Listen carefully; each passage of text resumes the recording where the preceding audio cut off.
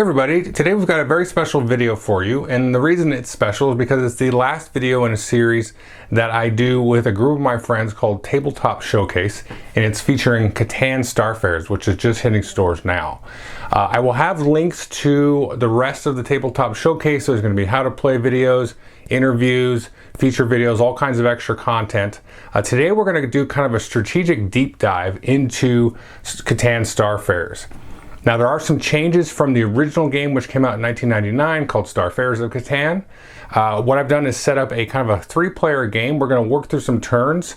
We're going to be playing with the strategic setup variant. So I'll explain a little bit about that when we get to the table. But we're just going to kind of break things down, talk about some of the strategic considerations, work through some turns, and then come back and have a little bit more of a general discussion here. So let's go ahead and jump to the table. So the first thing you're going to want to notice here is that we have done the strategic variant.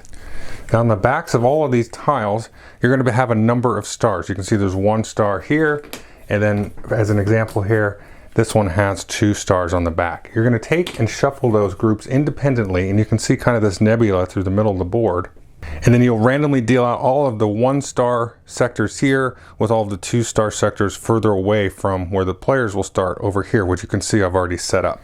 Now you can see here kind of 2 different styles of backs to the different resource tiles there.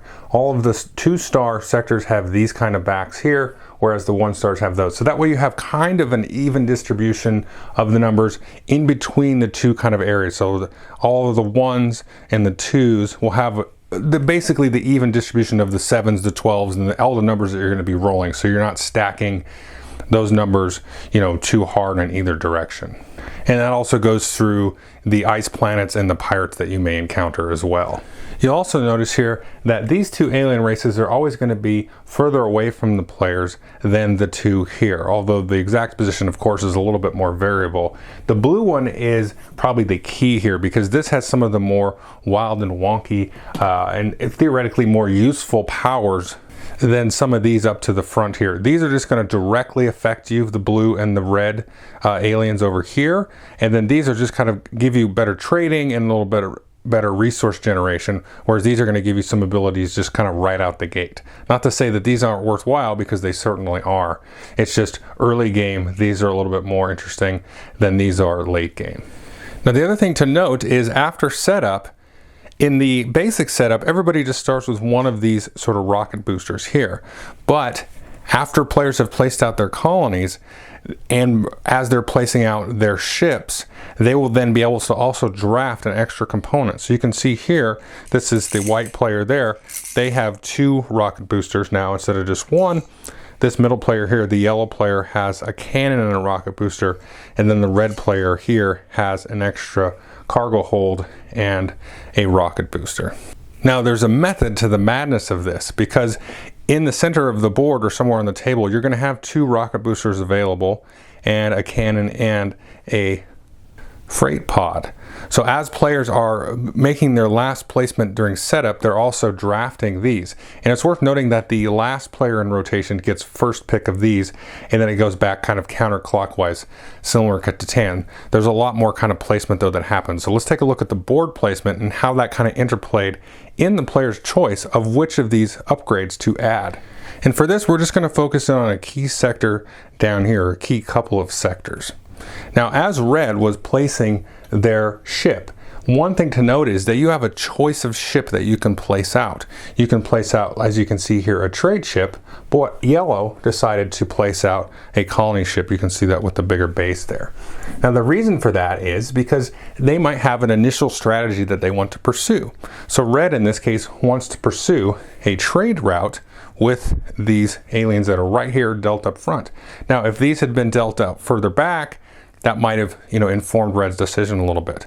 Now, white is the first player, so they also placed their ship, but they placed it after red. So at this point, if you remember from your rules video or from reading the rules, you'll know that you need one of these freight pods at least to start to settle and establish trade with the aliens there. So red grabbed this freight pod here, whereas Well, white didn't really have a choice, but they went and grabbed a second speed booster, so maybe they can get there a little bit quicker, but it's not that far away really anyway, but that speed boost is going to come in handy. Whereas yellow thought, maybe I'm going to encounter some pirates, so I'll grab the laser cannon.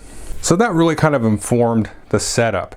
Now, of course, players are trying to place their colonies in such a way that they have a diversity of resources, as well as next to some of the more likely numbers here. Now, another thing that you can see that is a pretty interesting thing about this game is these early settlements here, the less likely numbers are kind of doubled up. So the 3 and the 12 are bundled together, and then the 2 and the 11 here, you can see those are also bundled together. And so that's a change from Catan, and I believe that's a change from the original game as well. Now you'll notice that as you start to explore the galaxy out here, that's not going to continue to be the case as we start to reveal some more of these resources here. But this is kind of a nice kind of get you going idea here. And you know, you don't want to sell short maybe being next to some of these spots. So that's a little bit about the strategy of the setup. As we kind of play through a couple of turns, I'll talk a little bit about some more of the differences and some of the mitigating factors that are included in this game to make it a little bit more, let's say, beginner friendly. I would just say overall user friendly, beginner or not.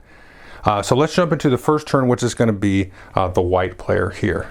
So again, everybody's dealt 3 cards randomly from the random pile of resources. They can see you've got a trade good, a fuel, and a carbon crystal. And again, everybody of course starts with a half a victory point. So the first thing you're always going to do on a turn is roll the dice. You can see we rolled a 5. Now the only 5 available is this one over here, and you can see yellow has a colony on both sides of them. So that's going to give them 2 food resources. So we'll take and add these to the yellow player's hand. I'm playing with all of these face up because we're just going to talk strategy here in terms of trading. The trading is a real thing, hard thing to kind of, you know, imagine what players may or may not do. But you can just know that I'll be relatively liberal with my trading because that's how myself and my family and most people that I like to play Catan with like to play. We like to not be too much of a Scrooge until, you know, maybe you don't want to give the winner the game by trading them exactly what they need and they're 1 point behind. But, you know, in this case, we'll be pretty liberal. So they've got this now set up. They're the only ones to get anything. However, in the new edition, as players are down here on the low end of the totem pole in terms of victory points, they're going to get some free resources out of the random supply. Now this only goes for whose turn it is. So after rolling the dice, white will get resources out to everybody that had a 5, and then since it's white's turn and white has between 4 and 7 points, they will get 2 free resources. Now that's going to go down until you get up to nothing once you start to get close to victory. But this kind of gives you an early game kind of lead off, you know, injects resources into the game, gets people hopefully flowing in terms of the trading. So the 2 resources we got was another fuel, and then we got here some ore. Now the next thing we want to do is trade and build. Now at this point, white is 1 resource away from building a ship, and a ship is basically a future colony or trade outpost. So white's going to offer up a fuel for a trade good, which they need a second one of, or a food resource. Now both the other players each have 2 food resources, and yellow just got a bunch of stuff. So yellow's going to go ahead and make that trade there to get a second fuel. So at this point, white's going to put out a colony ship, which is good because they started out with a trade ship. So now they've got a kind of diversity of things that they can do. So here was white's setup colony ship there, and this is where they're going to try to get over to this alien area. But they also have these resources up over here that they should be able to get a colony in and get a victory point and also get some more generating resources. So they've done that. Now, the nice thing about having a second ship is we're going to move into the movement phase. At this point, we're going to take their ship, which is marked with the dot. We're going to turn the ship upside down, flip it back over, and then now we have, you can see an orange and a black ball there. So what that means is because we roll a black ball, our base speed is a fixed 3, and we're going to get an event. But since we have 2 boosters, remember you always add the number of boosters to whatever your speed is. So this is going to be 3 plus 2 is 5. Now how are you going to do the events, Joel? Now the events just give you a choice of things that you can do. So I'm just going to cover this up, pretend I'm another player reading it, and then I'll reveal stuff as I go along. I haven't looked at any of the outcomes there. Now a lot of the events are kind of the same. And this says you'll encounter a merchant, offer 0 to 3 resources as a gift, then you pay that to the supply, before continuing. There's a lot of cards that say this exact thing, but the results are going to be different. So in this case, right now, white only has one resource. Now sometimes you may not have any resources, so you're forced to give 0. And it's usually better, not always better, to give a little bit more. So in this case, white says, you know what, I've only got this one anyway. I'm not really gonna be able to do much in terms of trading, so I'm just gonna go and hedge my bets and give 1, and we're gonna see what happens here. So we'll go ahead and reveal this. Now in this case, we had a couple of ideas here, so we can take a look and see what our options would have been. So if you actually had given 0, the merchant is appalled, and you'll lose 1 famed metal piece, which isn't the end of the world because you only start with a half, but that means you got to work that much harder to get another one to get a victory point. So in this one it says, the merchant thanks you and gives you 1 resource of your choice from your supply. I could just take the 1 back. Now, just for purposes of the video, we're going to see, what if you'd given him 3? The merchant is delighted. Add any upgrade to your mothership and receive a famed metal piece. So in this case, this was a very generous merchant. You definitely didn't want to, leave him with nothing. So in this case, we're just going to get a resource back, and I'm just going to take back that good that I gave. So we'll definitely see some more of these over the course of the game. So back to movement after we've done our encounter. Again, we have a movement of 5, 3 plus our 2. So we're going to move our trade ship first. It doesn't really matter the order, 1, 2, 3, 4, 5. So we're trying to get him into the center there of the alien alliance there. And then we're going to go with this one, 1, 2, 3, 4. As soon as we touch this planet sector, we're going to reveal these. So we got a 12, a 5, another 5 there. And then this one is a pirate outpost. So when we reveal these, we'll take that, we'll put the outpost there, and now the yellow player sees that they've already got 1 gun. So if they can try to interact with this pirate, then they will take this as a victory point, and that will be good for them. But we still have 1 movement left here. I can't dock on either side of here because the pirate's there. So I could, if I want, move into here and just kind of hang out there. I will have to drop my ship off on my next turn if I don't move out of there. Do I really want to dock here on a 12 and a 5? That seems not super great. The 5 isn't bad. The 12 is probably never going to happen, even though now that I say that, it's going to happen a whole bunch.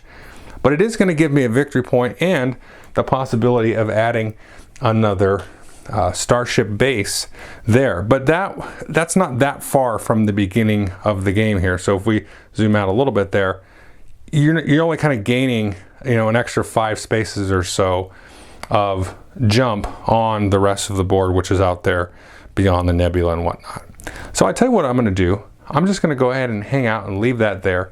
I'm not going to actually dock that ship because I'm not too far from getting to another planetary sector up there, and I got some other kind of irons in the fire there. So that is white's turn done. Yellow's turn is going to happen here. We're going to roll the dice. We now have an 8, and that's going to pay out a whole bunch of resources for folks. White and yellow are each going to receive a trade good, so we'll go ahead and give that trade good to yellow and 1 to white. And red's going to receive 2 more carbon crystals there because they've got this little base here. Sometimes it's good to have 2 bases next to a big number because that's going to give you trade fodder. Now again, yellow, since it's their turn and they only have 4 points, they're going to get 2 random resources out of the supply.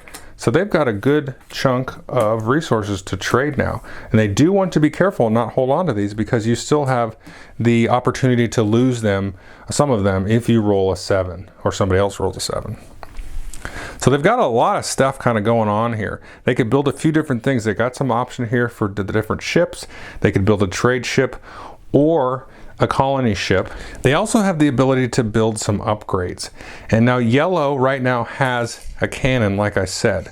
Now the only upgrade they can really get into would be probably another cannon. They've got a couple of fuel pods here to build an extra booster. They've got 1 of the ore here to build a freight pod, which could come in handy as well.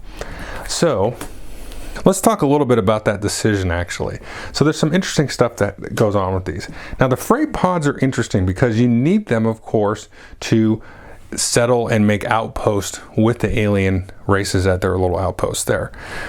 Those also will be helpful when interacting with ice planets here and terraforming these planets, defeating them essentially similar to a pirate ship, and then also getting these very elusive and desirable victory points. Now, you might say, okay, well, these pods then have two purposes. But the cannons are also going to come into play, not only in defeating the pirates and getting victory points and putting out colonies, but a lot of the event cards that you're going to deal with will ask you to kind of fight pirates. It works a little bit differently when you fight during an event card, but having those extra cannons is also going to be good. So I don't really think one is necessarily better than the other. There's enough randomness on both sides of that I couldn't really make a good argument. Although my gut kind of tells me I feel like the freight pods are a little bit better, but who knows. So let's talk about this for a minute. One thing that we could do here, and maybe it's a good idea to do it early, and we'll go ahead and just do this for yellow, is they have 3 fuel here, so they could spend 2 of them for 1 booster. They could spend another one plus these 2 trade goods, because you can always trade trade goods at a ratio of 2 for 1 to the bank for any other good that you wish, like so. So now we have enough for 2 ship boosters, and it's worth knowing that all the other goods, of course, if you trade them, it's 3 to 1. So those trade goods are just kind of good in general for building things, but also for trading. So let's go ahead and do that. We'll trade these in. We'll go ahead and attach these 2 boosters here. So now they have, theoretically, a little bit of a leg up in terms of the speed with which they can get across the galaxy here. Now we've got a couple of other things left here. We've got this ore and then these 2 food, but I don't think there's really enough to really trade with there. So now we're going to go ahead and look at movement. So they've just kind of traded with themselves, with the bank.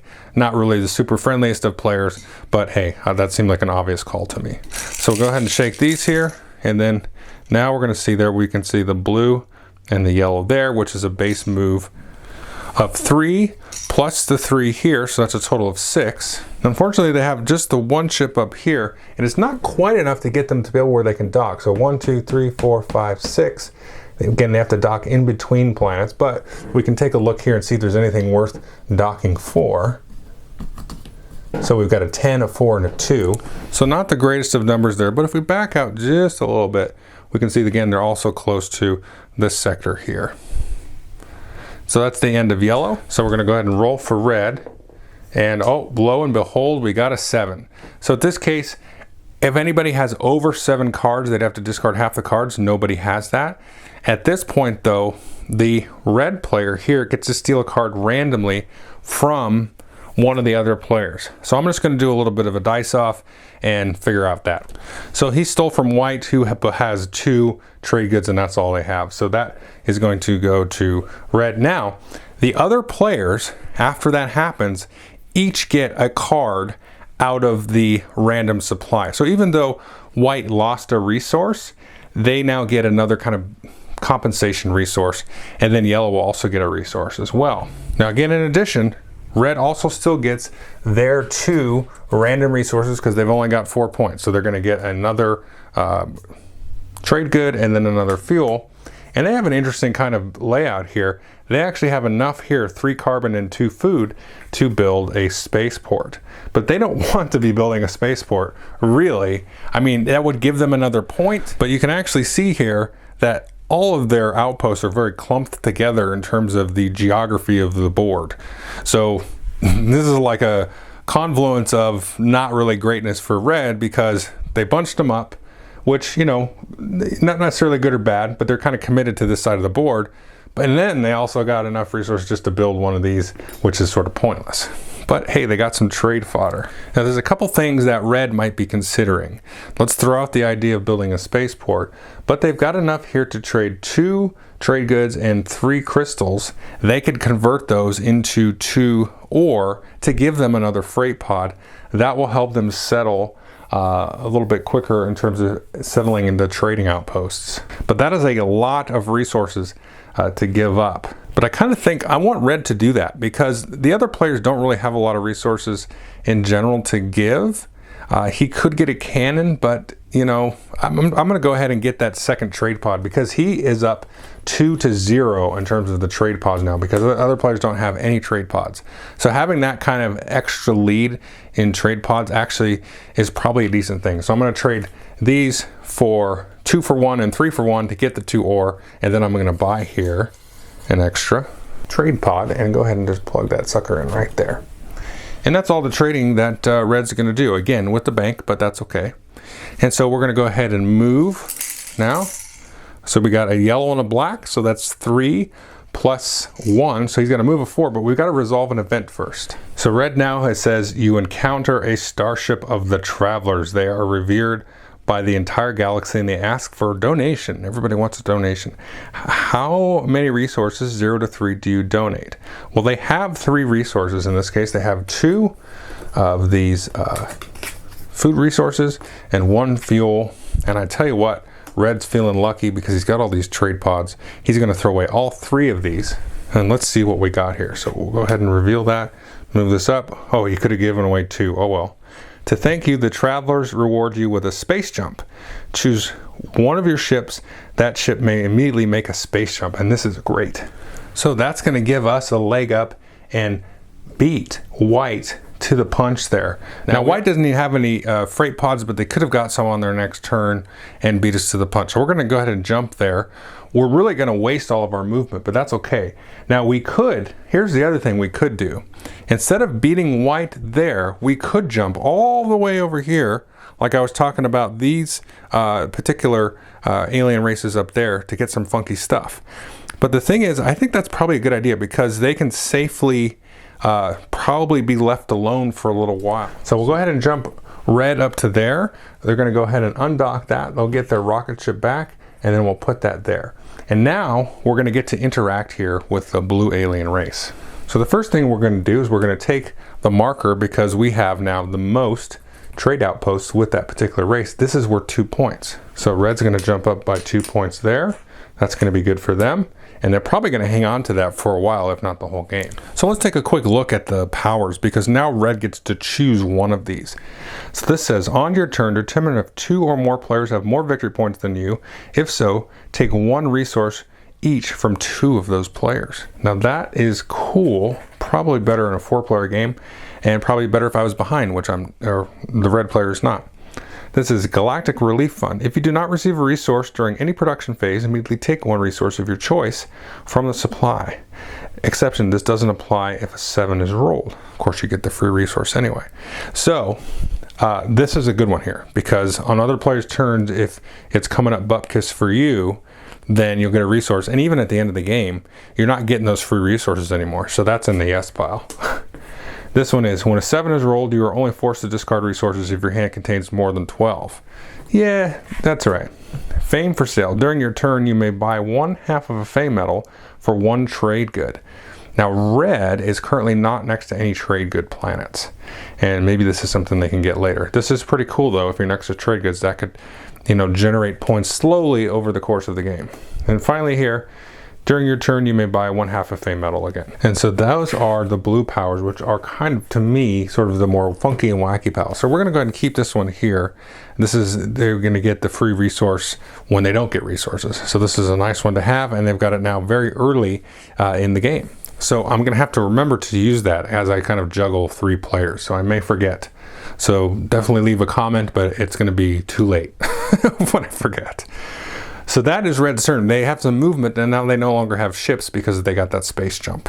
So back to White's turn. So we'll go ahead and roll here for White. We got an 8. So again, we'll go ahead and distribute resources. So after distributing resources, White's got 3 goods, a fuel, and some carbon. They're going to go ahead and kind of throw out an offer like, I've got a trade good for just about anything. And we're going to go ahead and say Yellow's going to take that deal. They're going to go ahead and give them food for that trade good, and you'll see why when we get to Yellow's turn there. But so now we've got this kind of idea here. White can't really build much of anything. Now they could trade in these 2 here, these 2 trade goods that they've already got, and this will allow them to get another colony ship out. I think I'm going to go ahead and do that because they'll trade this for ore, and then the rest of these resources will work just fine, and we can put our 3rd ship out. And having ships out is a good thing because the more ores you got in the water, the better. So we'll basically trade all this away. We'll go ahead and dock that ship there on the furthest most point, pointed to the rest of space. And White's out of resources, so we'll go ahead and then roll or jiggle to move. So we're going to do the rocket there. We've got a yellow and a blue, which is a base of 3 plus these 2. So they got a movement of 5 on all of white's ships. So here's an issue here with white. So we're going to go ahead and move them this trade ship, which they can't dock yet because they don't have any trade pods. 1, 2, 3, 4. Let's go ahead and we'll tick them out 1 space further to 5. And so maybe next turn they can have a choice of which alien race they want to move to. For sure they'll be able to move in there, but you know, maybe we'll look at it when the turn comes, but maybe they'll decide to maybe make a trade outpost with that alien race instead. So now here, let's see, we got 5 with that 1, 2, 3, 4, 5 we could get in there. So we're going to move that around there, reveal these. So now we can take a closer look. We've got some pirates.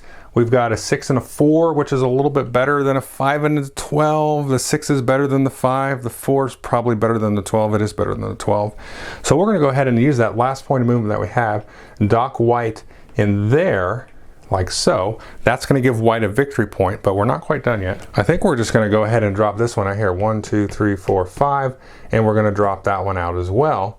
And this is going to give us another victory point. So at this point, white is caught up to red. They've got 2 victory points. Again, 1 point for each of those new colonies that are out there. And this gives us opportunity for more resources. And now we can think about, take a look at a zoomed out view here, possibly upgrading this one here to a star base. So we're going to have quicker access now to getting ships out to these farther reaching areas instead of trying to move them over the course of several turns from the starting area here. So that is white's turn. We'll go ahead and roll for yellow. Roll resources here. Ooh, that's a 7. Nobody has more than 7 cards. White doesn't have any resources. Red, all they have is actually 2 of these, so it doesn't matter which one they randomly steal, they'll take that carbon. And then of course the other players will each get a random resource, and yellow will get 2 more resources because they have only 4 points. Oh, look at that. This is exactly what yellow wanted. Now the reason that they traded for this trade good earlier is because before they just had the one ore here. They could trade 2 of these to get another one to get another trade pod. But now look at all this goodness they have. They got 3 ore, 2 goods, and the rest of these resources. Now this is an interesting sort of dilemma here because they could easily upgrade these 3 ore and trade these 2 in for another ore to get 2 trade pods and get in the whole trade pod war, freight pod war I should say. But they've also got enough here to start leaning into cannons a little bit better. We've already seen 2 pirates prop up on the board. These 2 resources are good for cannons. I could trade in this whole chunk and that whole chunk for 2 more. That would give me up to 3 cannons. That means I'm going to basically be able to settle. Let's look at this. If I can get to 4 cannons, I can defeat these pirates. That's a victory point. Ideally, I'll drop off a colony there. That's another victory point. I just need 1 more cannon after that to get another victory point and settle there at the time that I do that. That's going to be a 4 victory point thing if I can just get another cannon or 2 if I decide to make this deal. And it's also possible that with those extra cannons, I'll be able to get some extra medals here through the course of event cards. Now, you've got to roll for the events, which isn't unheard of, but you're also effectively competing against the other players when you interact with those events, because when you fight pirates, it chooses a random player and you just kind of compare your score with them. Right now, nobody else has cannons. So again, you're kind of leaning into the randomness a little bit by doing this, but I'm going to go ahead and just do it just for the terms of exercise. So this is going to give me my 3rd and 4th carbon crystals, and here's my first 2. Trade these in, and I'm going to get 2 more cannons. So we'll go ahead and attach our cannons there. There's 1. There's 2. Now we've got 3 cannons, and we're going to go ahead and go for doing our movement. So there, oh, that's probably a good thing. We got a black and a yellow, so that's a base movement of 3 plus 3. So that's a base movement of 6. So we're a flying and shooting machine here. So let's take a look at the event. Okay, a little bit of bad luck. There's a couple of these in the deck. These are wear and tear cards. This is kind of the easier of the 2. This is another way of kind of reshuffling the encounter deck as well. So let's take a look. Each player who has more than 8 mothership upgrades must choose 1 upgrade or remove it. Nobody has 8. And then we shuffle the encounter card. deck. So the other one, I think the other one you lose like a resource too or something. But anyway, all that is we're just going to shuffle this up and reset the event deck. Now we could park yellow up here and get a point, but we're going to start to head them down towards these pirates because there's more points that way. 1, 2, 3, 4, 5, 6. They can't stop here because they don't have the 4 cannons yet. So we're just going to bump them out a little bit there and leave them there. And hopefully by the next turn they can get a cannon and then they'll be on their way. So next is Red's turn. And Red has got a couple of resources from the previous turns. They now have an 11 to roll.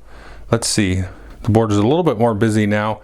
Red will get a food resource and white will get a ore. And of course, red will get a couple of random resources. So now, again, with the starbase nonsense, they've got almost enough to build another starbase. But what they really need to be building right at this point is ships because they used their last trade ship. Unfortunately, the other players don't really have any resources, so this is going to be kind of a sit and wait turn for red in terms of trading. Now, normally we would jiggle our ship here for move, but red has no ships, so you don't do that if you have no ships. So that is the end of red's turn. So white's going to roll for resources on their turn. That's going to be a 9. Now, the only player to actually get a resource is white.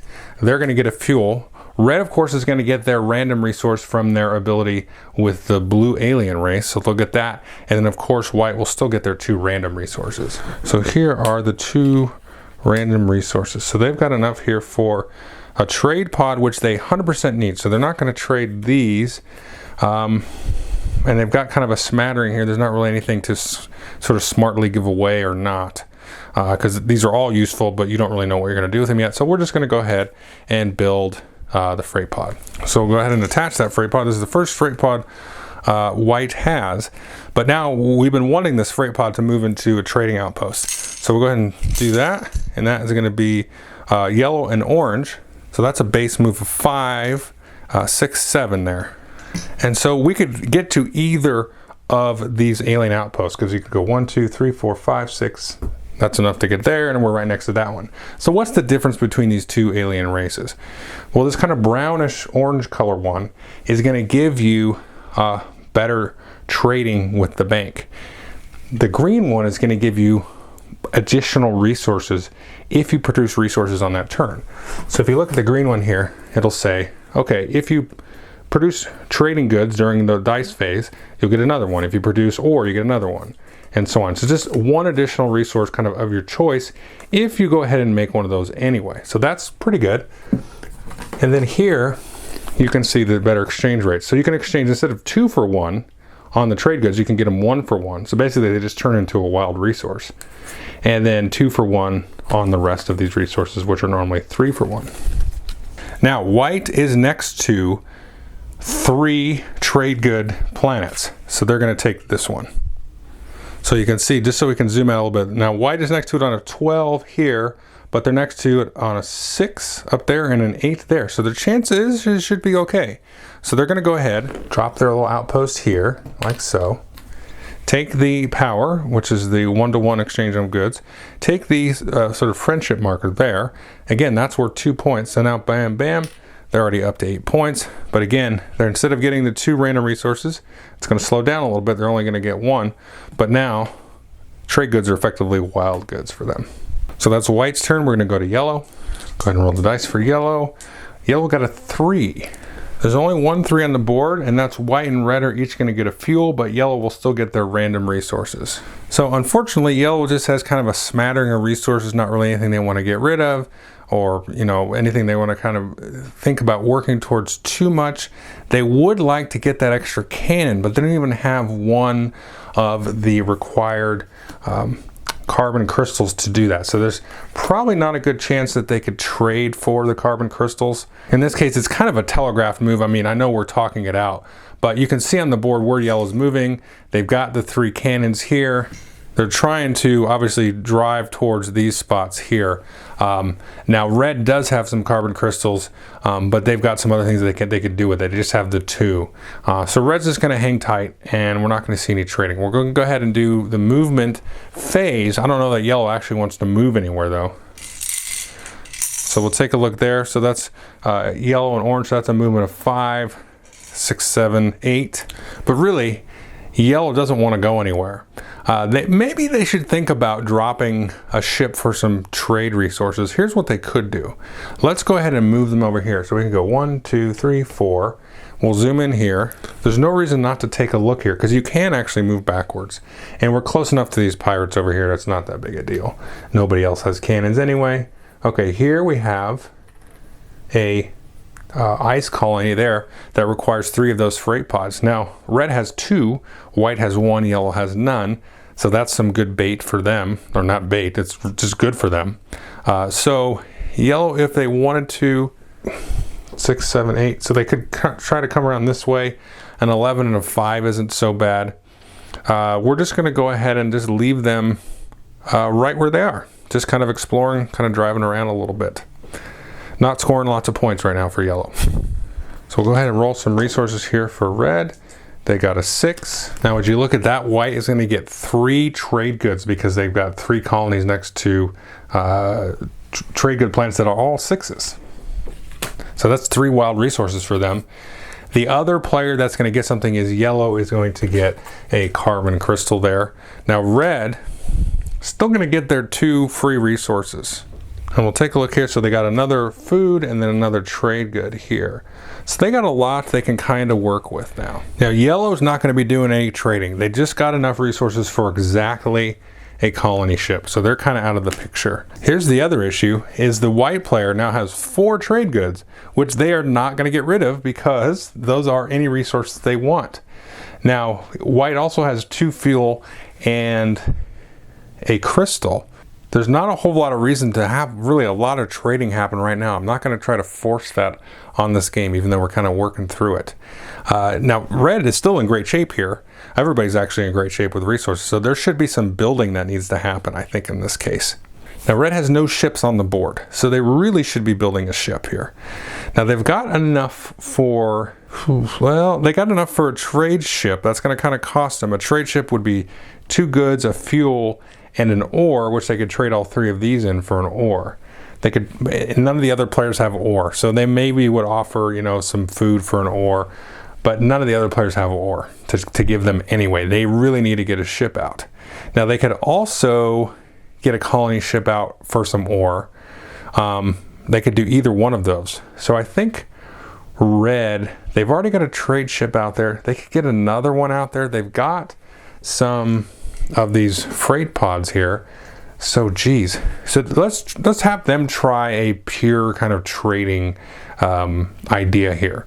So they're going to build another trade ship. They're not going to build another colony ship. My kind of expectation is that you'd want to kind of diversify in that, but let's lean hard into the trading here. So we're going to get rid of this, and this here, and then all 3 of these for the ore. We'll go ahead and plop that trade ship right there outside that star base. And then we're going to go ahead and rotate that to move. So that's going to be, what's that, 5, 6 movement there. So now here's the thing, is red can, if they want, go here and try to take over the favor marker from the white player because they have 2 trade pods. Now white has 1, so white will need to get an additional 2, if they want to sort of overrun red there.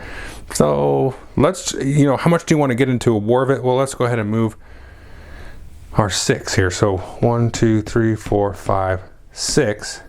They're not committed to going in there just yet, but they could next time. And maybe they could get over here and have a colony ship in later. So let's not get too bogged down. There's a lot of options for red available on their next couple of turns. Okay, on to white. Resource roll, a 2. Now white is the only one to get a resource out of that roll. They get the ore. And then now, of course, they only get the 1 random resource out of the random pile, and they get another trade good. Hello, thank you, white. Now red, of course, also gets a random resource because they didn't get a resource because they have that blue power that gives them that little workaround there. Now white has all kinds of options available to them. So if we take a look here, we've got an ore, we've got 1, 2, 3, 4, 5 trade goods. Holy mackerel. So give me a second to figure out what they can build and not trade with anybody for. Okay, so here's a couple of things. They have enough to do a star base and I think another ship. So star base is going to cost them 3 of these crystals. So that's the 3 crystals there because those are wild. 2 food. Yeah, not quite enough for a ship though. But they're going to have, you know, enough kind of left over, because if you have those, you just need 1 resource left for basically either ship here, because this could count. If we get a second trade good, then that's a trade ship. We could make this instead count for a food or a crystal and get the colony ship too. So we're just going to hang tight with these. We're close to building a ship. We might be able to trade though and get that down. So we could offer up this extra fuel for basically a crystal or a food. I don't know that red would make that deal. I'm going to say no. This seems like a sort of an abnormal kind of amount of stuff, and because this is going to allow them to build a starbase and a ship in the same turn. You know, red probably doesn't know that, but that's tricky to sort of mind game. I'm not going to make the trade here just because I want to try to keep things sort of on the rails. I feel like red may even make that trade to trade off a crystal or something for that, but I'm just not going to do it. So anyway, we're going to trade in, throw away all of these, you know, wild resources, so not without some cost there, and we're going to build starbase. So this is white's furthest most colony, and we're going to go ahead and wrap the starbase around that. And again, starbases are worth 2 points, so that's an upgrade of a point. And we're going to go up to 9 points. So white is up to a little bit of a lead there, definitely over yellow. So that is white's a turn. He has no ships in play, so there's no reason to, you know, roll for movement. That's going to be yellow's turn. They're going to roll for resources here. Ooh, that's a 7. So nobody has over 7. Yellow's going to steal from white because white's in the lead by a bunch. That's just how I like to play. And so we're going to just randomly pick a card here from white, like so. Okay, so they got another ore, so that's good for yellow. Not great for white. But then, let's see, yellow will get their 2 random resources. So they get their 2 random resources here, and then each other player will get a random resource. Okay, so yellow is looking to build a cannon, and now they've got enough for a cannon. So there's a couple things we want to do here. So let's take a look. Set these aside. That's enough for a cannon. They're going to build that now. They have some extra ore, some extra food that they might want to trade away for. They probably want to seek out that second cannon, or the 5th cannon really. So they're going to offer up an ore and a food for a crystal there. And I think I'm going to say that both players actually are going to give up. Well, no, let me think about it. I don't think white's not going to give up their crystal because they've got a crystal. Red has 2 crystals. I don't think they would give up both. And I would say, let's say I'm going to do. I know red likes the ore, so I'm going to go ahead and say, hey, he says he'll do it for the ore. So he'll get another crystal out of that, but yet still not quite enough to have that 5th cannon. So I'm going to leave the trading at that point there. I think that's reasonable, but we're going to go ahead and turn these into for a cannon. So that's going to be our 4th cannon there, and that's going to kind of end the trading phase. Yellow's going to go ahead and try to move now. Actually, they have enough to, build a colony ship before we move, actually. Yeah, let's just leave that there. So focused on the cannons, I didn't notice they had enough there for a colony ship. So we're going to trade that in because the more ships on your movement phase, the better. And we're going to zoom out here and plop that sucker right there. The nice thing is now we can move this guy over to here. We'll score that, and we'll get this guy now moving all the way out here to the number 5 cannon spot. So that'll give us a couple of turns to do that. So we'll go ahead and do our movement. Turn that up there.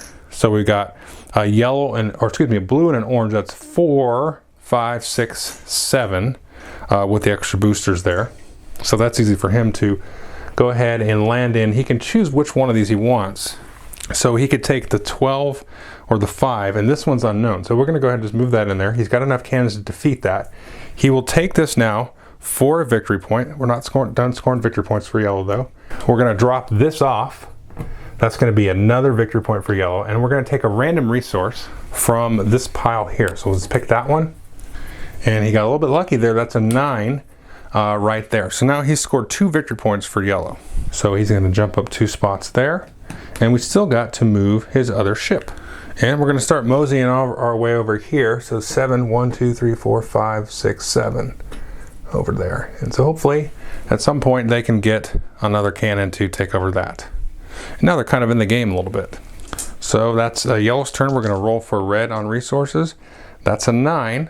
Now nothing for red, but he is going to get his 2 random resources, which is actually going to deplete the random resource pile. So we're going to have to shuffle up 8 cards from each stack in here and put it in there. I'm not sure the exact order, I don't know that matters, but white also gets a fuel, and then yellow from their new blue planet that they're next to will get a blue. Now we'll go ahead and shuffle these up here.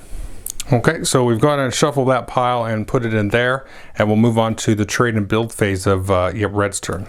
So red's got a couple things they want to do now. They're definitely going to want to keep these 2 to get another trade pod, because those are going to come in useful very shortly. Now they've got enough here to build another colony ship. So I think they're just going to go ahead and spend all of these to build a colony ship, because once they sort of dock their next ship, then, you know, I don't know if they want to do a colony ship actually. Because if they're really going to pursue this trade ship idea, that's going to be an interesting sort of approach. So the one thing that they do need now is they need 2 trade goods. Well, we know white's not going to get rid of their trade goods because they're magic for white. Yellow doesn't have any trade goods. Nobody's going to offer trade goods at this point, so I'm going to say he's going to go ahead and build that colony ship, because it's not a terrible thing. It's just not he's not reeling in and zoning in on his trade outpost strategy. But colonies are going to be good. You can be able to make it a star base and so on. So we're going to get our extra freight pod and then another colony ship. So we're going to add our 3rd freight pod. We're winning the freight pod arms race there, and then we're going to put out a colony ship.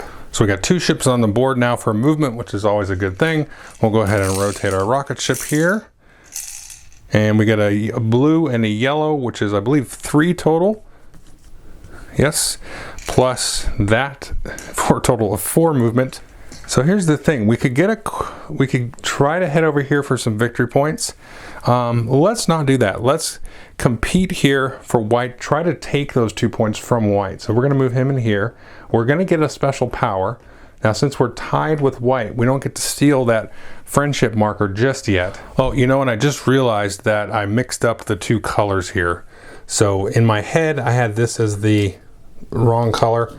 So sorry for that. I'll leave definitely a note when I made that decision earlier. Let's just pretend it was that, because I would have had a different decision in my head before. So now the powers and everything line up, and the friendship marker that I took lined up there. That's one of the hazards of playing 3 players at once. So it doesn't really matter here. It doesn't really affect the game, because it would have been a decision a different way.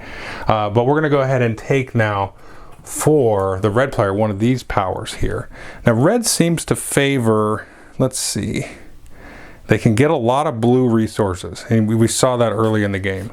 So we're going to take our exchange here for 2 for 1 on that for red. So again, not enough trading outposts here, but once we get another one here, we've got enough trade pods because we've already got our 3rd now to place the 3rd in this particular spot. So then we can take the 2 points from white and then be in good shape, hopefully, to move out here later.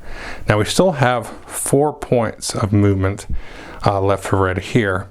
Now this spot over here is taken up by these 2 outposts there, because in a 3-player game you can only have 2 in a particular sector. So we're going to go ahead and just move him straight up 4. 1, 2, 3, 4, and then that will be the movement for red. So we'll get white moving here on the resources. That's going to be a 6. And this is just fantastic for white, because they're going to get 3 more trade goods. Every time a 6 is rolled, they're getting 3 resources of their choice. So white is sitting really pretty right now. And so red should definitely be trying to hamper white. In addition, they're going to get their random resource. Blue's going to get a carbon here. And then red's also going to get a random resource because they don't get any other resources, but they do get their special power resource. So again, white is sitting here on those 4 trade goods. So this could be 4 of anything. They got the 3 fuel here. What does white want to make? They got no ships out. They got no ships at all. Now these here are enough for having a colony ship there. That's a colony ship. And I think this is a trade ship here, because that's 2 of those, and then this is your wild there. So they got enough here to build 2 ships. They don't have any ships in play. They're 100% going to do that. So we'll trade all these in. We have our new star base as well. And you know, I think we're going to go ahead and put the colony ship on this end, and then the trade ship on that end there, because there's some trade colonies and stuff down over here that white's going to try to snag, and then there's some colonies and stuff up there that white's going to try to snag. So that's it for the trading, because all they have left now is a fuel card. So we'll go ahead and flip our ship there. So that is going to be 3, 4, 5 for movement. So I think instead of white competing for this one here, this alien race here, they're going to try to go over and snag this one. So we're going to move the trade ship 1, 2, 3, 4, 5 that way. So theoretically they would get their next turn. And then they're going to go ahead and move up here 1, 2, 3, 4, and just drop that sucker there. They got a 10 and a 4. Those are 2 resources, if we can move the yellow ship real quick, that they don't really have access to. Not great numbers, but again, that's a victory point. And that's going to tick them up to the next category there. So they will no longer be getting free resources on their turns there. But, you know, you can see they've built up a decent lead there above the other players. So they're very close to getting that 15 points for victory. And I think what would happen now is they would have a little bit of a target on their back, because once red over here overtakes them on this trading outpost, what's going to happen there is white's going to drop down 2 points, so they will be getting a free card again. Red's going to jump up 2 points, and they're going to be tied. Meanwhile, yellow's only 2 points behind, and they've got some colony ships and stuff like that floating out on the board. So let's reset these how they were. Now, of course, white is probably going to get this trade area, so that would push them up here. They would actually drop down to there. And then, you know, once they get more colony ships and stuff like that out. So they still have a good lead. It's just not quite as big as it seems right here, in my opinion. We're going to roll for resources for yellow. That's going to be an 8. So, of course, white gets another trade good. Yellow will also get a trade good. And that's it, except for red will get 2 blue goods.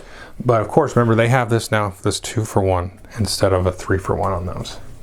Finally, yellow is still in the cellar in terms of points, so they're going to get their 2 random resources like so. So now they've got 3 of these crystals, which I think, you know, red's interested in those. Let's see here. So interesting conundrum right here. They want, okay, so they definitely want their other cannon, because they need to get that other point. That's going to give them 2 points. And now here they've got enough for almost another colony ship. So what they could actually do here is, if they trade this trade good for fuel, and let's say, let me give you this trade good for fuel. Now, of course, white's going to be, hey, I'm all about that, but you know what? Yellow's going to go ahead and make that trade anyway, because that's going to give them a ship. Now, of course, now white, we know they just have another trade good there. So that's going to be good for yellow here. They're going to build their cannon. They're going to build another colony ship.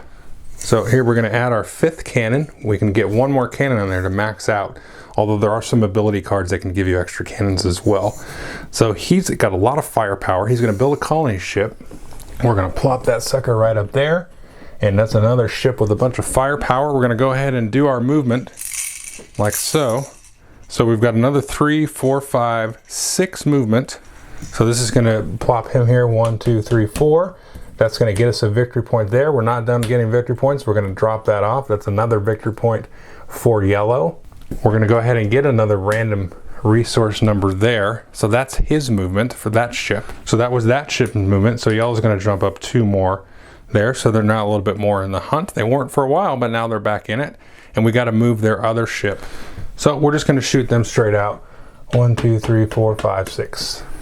So we'll do resources for red. We got a 7. Nobody has more than 7 resources.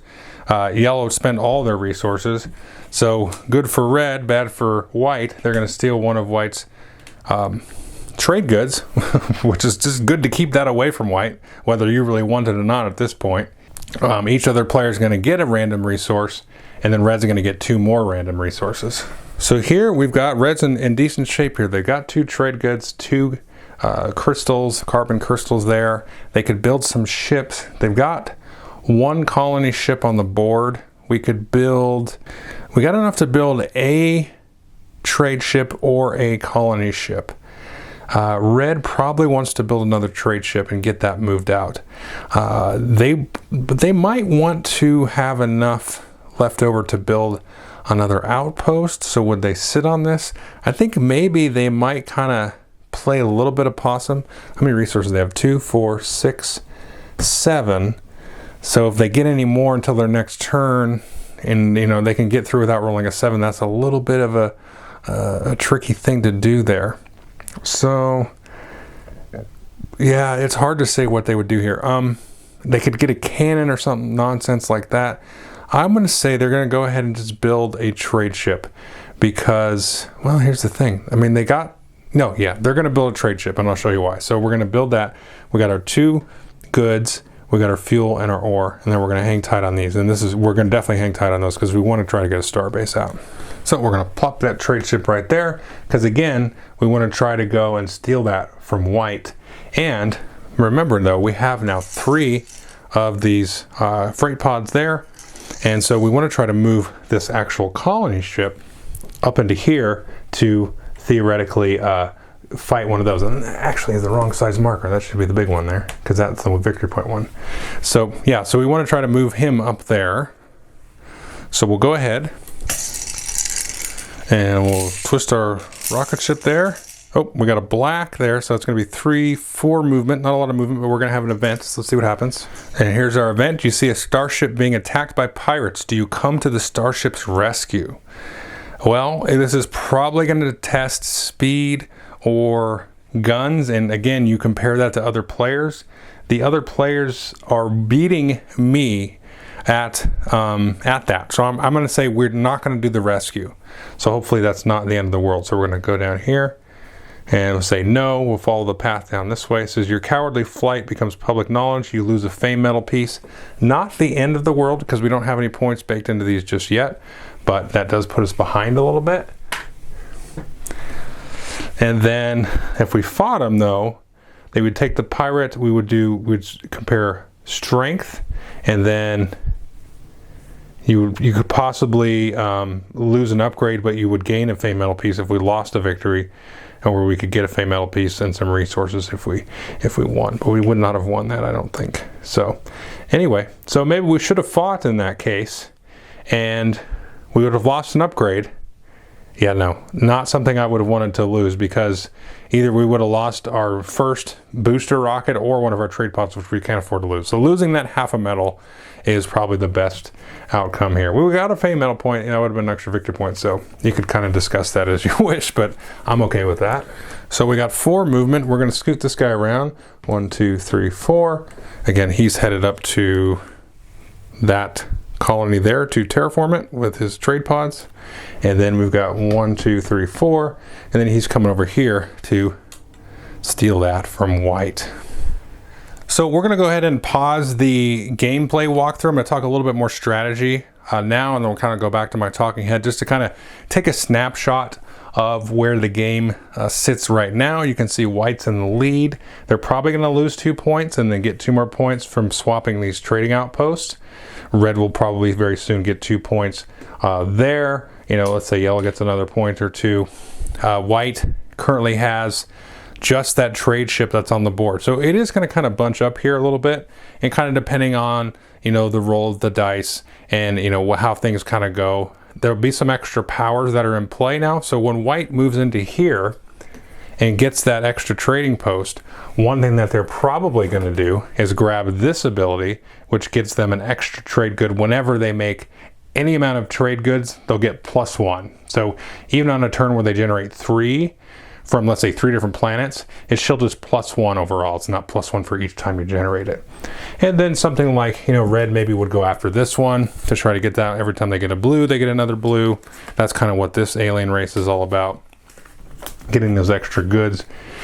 And then far in the corner, we have the red race, And these just give you kind of like fixed upgrades. So here we've got an extra 2 guns. We've got an extra booster and a gun. So your ship is, it's as if your ship had those upgrades there, an extra booster and a gun, an extra 2 boosters. So this one here, it's kind of stuck off in the corner here. If this had been kind of shuffled closer, maybe to kind of the center of the board, closer to the nebula, that might be more attractive sight. It's still an attractive sight, especially for white or somebody else that has an outpost out here. Now the furthest starbase, I should say, white has here. So they just have a few turns of getting something out here. Again, these are worth 2 points. So just getting out here is really vital. Now red jumped out here and grabbed this one where they get that free extra resource. It hasn't been doing a lot of good for them in this case, because early in the game you're always kind of getting resources, but as the game kind of moves along, it's kind of good to have that. So at that instant, they could have maybe jumped somewhere else and got that that sort of outpost over here from white. That might have actually been a better of a play, but they kind of are going to sit on these free points here for a little while. Now that's just because they had a trading ship. If they had like a colony ship like this one and then got that jump, they could have jumped out here, maybe found a spot out here that would help them sort of generate enough resources to get a star base. So maybe they could have jumped here to the green or the blue up here, right?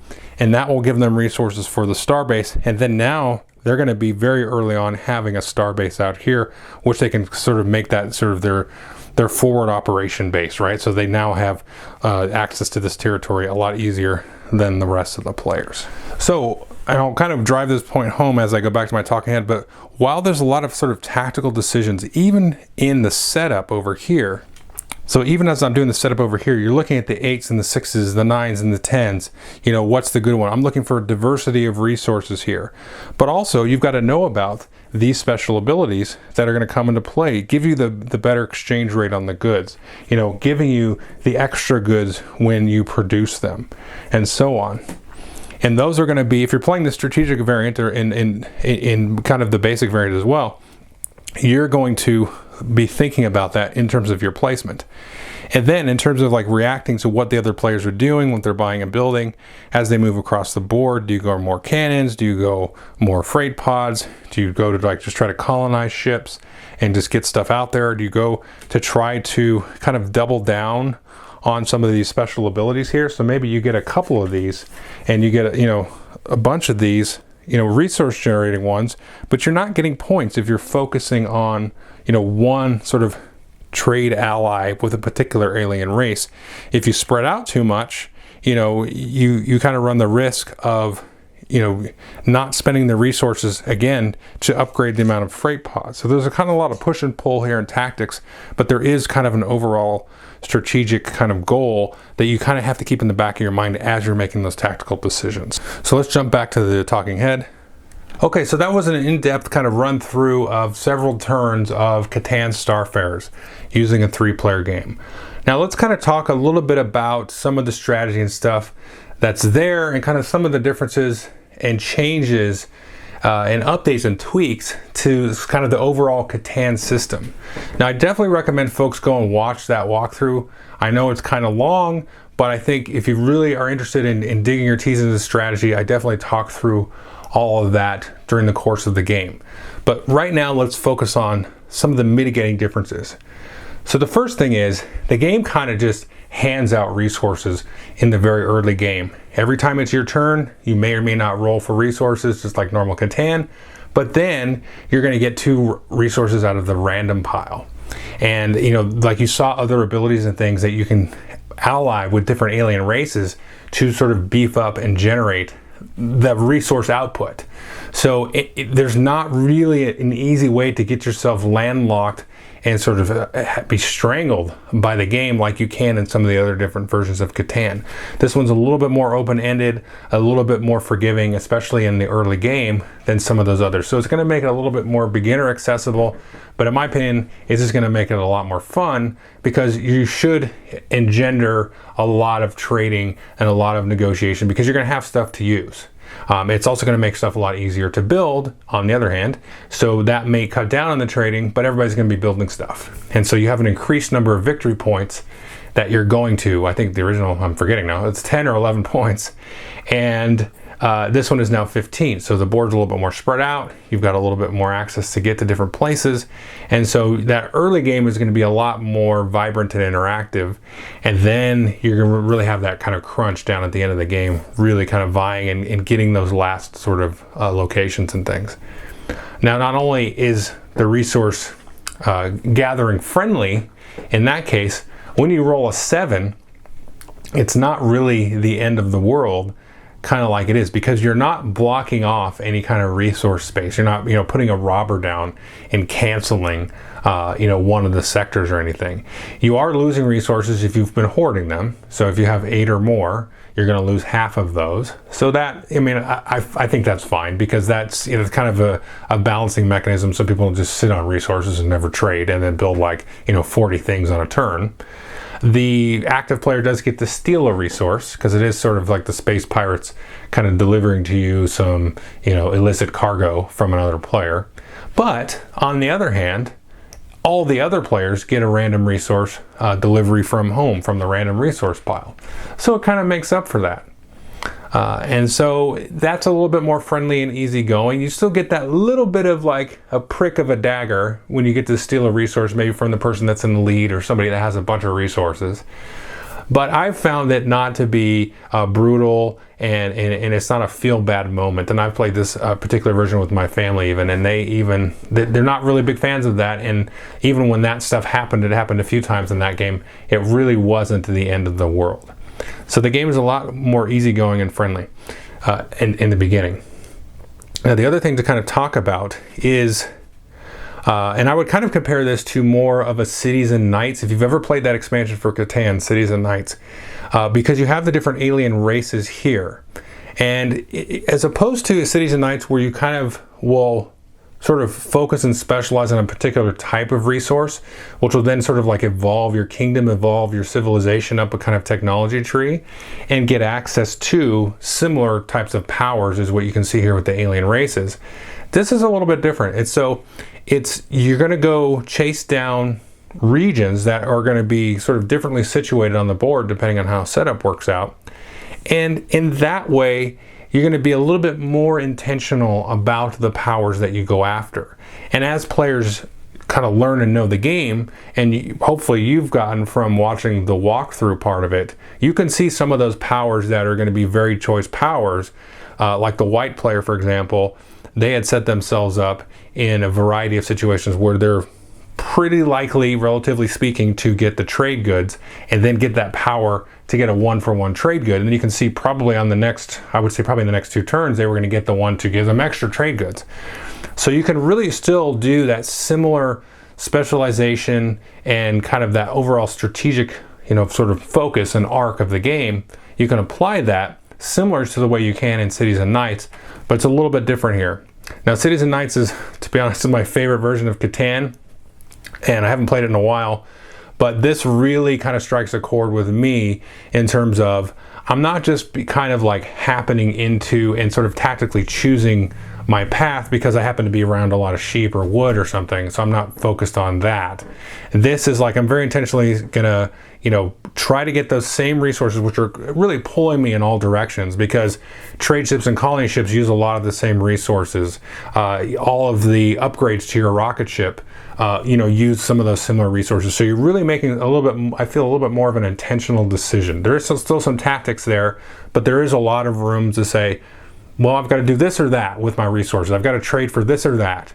And because upgrading your ship is just as important, really, as having a bunch of ships. Because if all your ships are moving like 3 and 4 versus like 7 or 8 sometimes, then, having a bunch of ships way back in the beginning Catanian colonies is not really going to do you a lot of use later in the game. You want to start to reach out and get out there. And then, of course, star bases. So there's a good tension and tug and pull with all the various resources in here. And that really kind of doubles down and sells itself a little bit with all the different alien powers. So if you've ever played Cities and Knights, it's really kind of more at that end.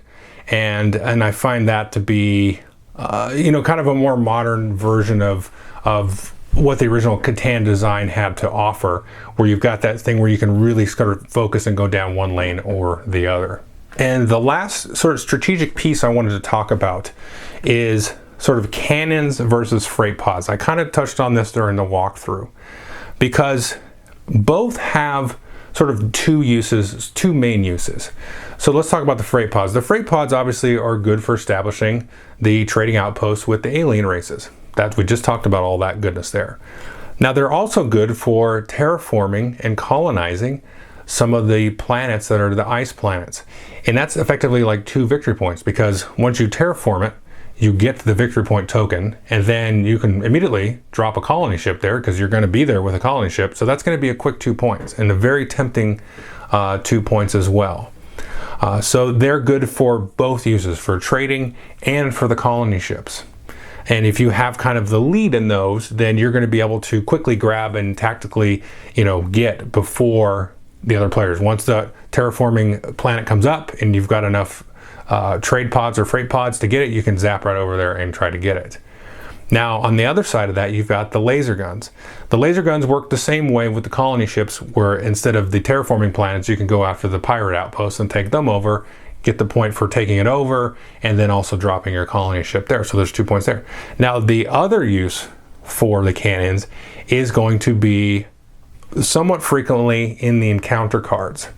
Now the encounter cards are going to make good use of a lot of different things in the game, but having that extra cannon on your ship is not only going to help you when you theoretically have an encounter with a pirate ship or some kind of rescue mission or something. You're going to have more guns that you can then, you know, apply to your role for that encounter. But when other players have those encounters, it's likely that the card might tell them to kind of compare their combat with yours. And so you're going to help defeat them and theoretically prevent them from getting some of the medal points and so on and progressing. So you're also acting as a hindrance there as well. Now the same could be said for the booster pods as well. They're going to have some play in the encounter deck, but those are just kind of generally good to sort of get out and reach out and touch the rest of the stars on the game. But there's a kind of an interesting sort of approach, and I kind of just bring it up again to kind of, you know, kind of resell or double down on my sort of theory, I guess, that, you know, all the resources are really in play in a lot of different ways, and so you can really kind of pick and choose your paths here to victory. And as you revisit the game, that kind of helps sell the replayability of the game. Is, you know, this time I'm going to do lots of guns because maybe I'm next to blue planets, and next time I'm next to these planets so I can do this, or maybe I'll try to get to these other planets so I can be a little bit more diverse, and, you know, try to make use of, you know, the variety of the game has to offer, because there's enough kind of randomness in the game that you know, being diverse in your approach isn't necessarily a dumb idea. It's actually a really good idea a lot of times, because you'll be able to play in a lot of different areas. So that's all there is to really talk about for now about strategy in terms of Catan Starfarers. Hopefully that wasn't too overwhelming. I know the video is going to go a little bit long, but again, this is for folks that really are curious about what you can kind of dive into, what you can sink your teeth into. And I think there's a lot here. You've got the variable setups. I showed you the strategic setup. I think that would be my favorite way to play the game, although I wouldn't be opposed, probably after a few more plays for myself personally, to trying some of the wild space variants, some of the more explorer variants where there's a lot more hidden, a lot more randomized out there. Because you could really have some funky things, and there would be a lot of sort of chasing, and some of the balance in the way that the numbers and the trade stuff is mitigated would kind of go out the window. But that could be really fun once everybody kind of settles in and gets to know some of the strategies and what are the good points. Although I think that's probably several plays down the way, because there's still enough variability in the setup. So anyway, any questions, definitely leave them comments here. And again, check out the rest of the Tabletop Showcase videos if you have any questions. And thanks for watching. I appreciate it.